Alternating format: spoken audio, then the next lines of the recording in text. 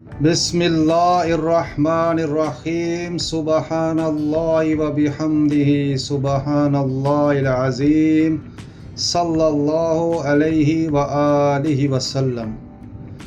رسول کریم صلی اللہ علیہ وآلہ وسلم نے فرمایا، اے فلاں، جب تم اپنے بستر پر جاؤ تو یہ دعا کرو، اے اللہ، میں نے اپنی جان تیرے سپرد کر دی اور اپنا رخ تیری طرف موڑ دیا اور اپنا معاملہ تیرے سپرد کر دیا اور تیری پناہ لی، تیری طرف رغبت کی وجہ سے اور تجھ سے ڈر کر۔